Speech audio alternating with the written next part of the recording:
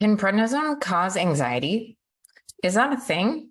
I'm Dr. Megan, the prednisone pharmacist, and I'm here to discuss some science that backs up the assertion that prednisone does cause anxiety. But the problem is there's just not a lot of great evidence right now of how to cope.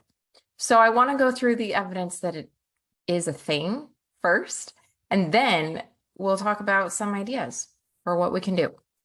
So this is an email I get basically once a month or once a week, essentially. Substitute any name here, female, male, it's always the same story. And it's something like this. Hi, I took prednisone like twice. In this case, this person was stung by a wasp and took 60 milligrams of prednisone along with using my EpiPen.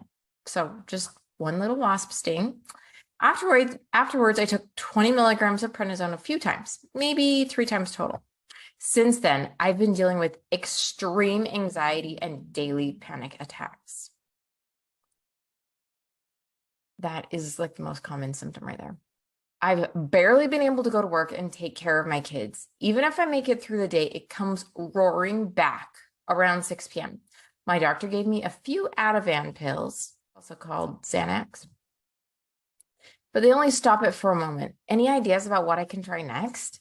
I'm starting to feel pretty desperate to feel like myself again. No kidding. So I hear that exact same story. Substitute wasp sting for poison ivy for asthma attack. It's the same thing. I only took a few prednisone, but I'm having horrible anxiety. What do I do? So first of all, I want to say you're not alone. All right. You're not making this up. You're not suddenly going crazy. This is legitimate. This is caused by the prednisone. Prednisone legitimately causes mental changes.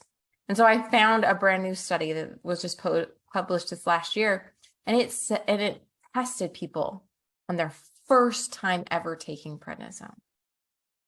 And it started out at 40 milligrams, and this is for a condition called irritable bowel disease, IBD. And they would start out at 40 milligrams. And before they would take the 40 milligrams, they would do a questionnaire to see how their mania symptoms were and how their depression symptoms were. And for all intents and purposes, I consider this kind of anxiety to be like an extreme form of like a complication of mania. So they start out at the 40 milligrams and then they drop by 5 milligrams each week until they're off. And then they would test them for their mood changes as time went by. So after their very first exposure to prednisone, do you want to guess what percentage of these people had mood changes? 49%.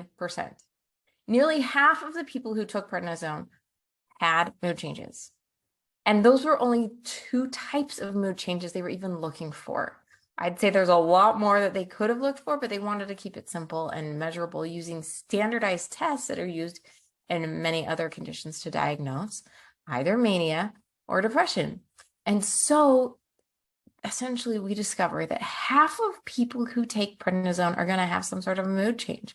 So what did they see? They saw that mania, specifically hypomania, like a mild form of mania, happened more often than anything else. And what in the world does that even mean? So a way to describe mania is like feeling abnormally good and there's not a reason for it. Like you didn't just win the lottery, you just took prednisone. And so you have more energy than normal. You might have a heightened mood, decreased need for sleep. You might be extra irritable, potentially. That's what hypomania is.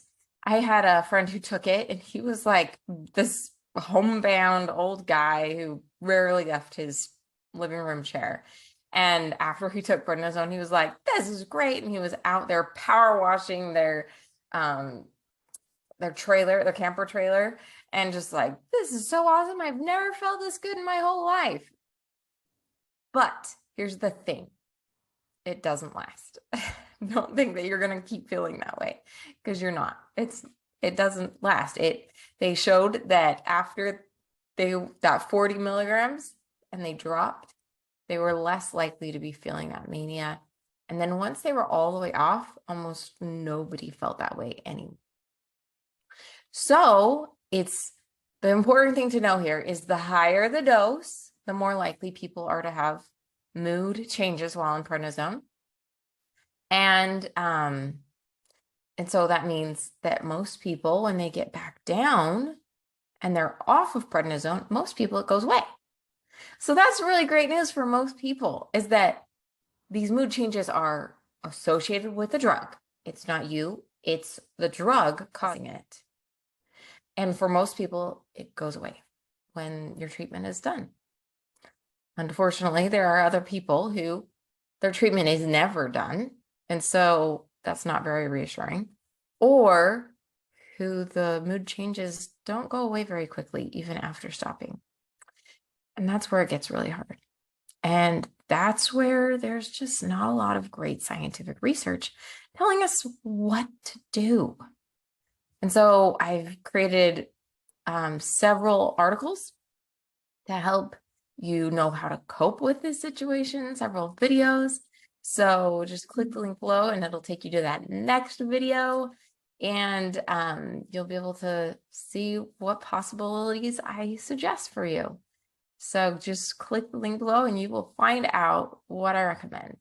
And you can feel that you're not alone. You're not the only person feeling this way. Prednisone that can cause anxiety, and it causes mood changes in about 50% of people who take it. So remember, it's not you, it's the drug. Signing off as Dr. Megan, your prednisone pharmacist.